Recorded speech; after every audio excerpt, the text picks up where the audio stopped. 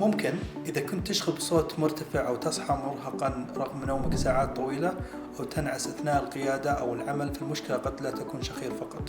في بعض الحالات يتوقف التنفس عشرات المرات أثناء النوم، مما يزيد خطر ارتفاع أمراض القلب والضغط. إذا كنت تشخر يوميا راجع طبيب الأنف والأذن والحنجرة للفحص والعلاج.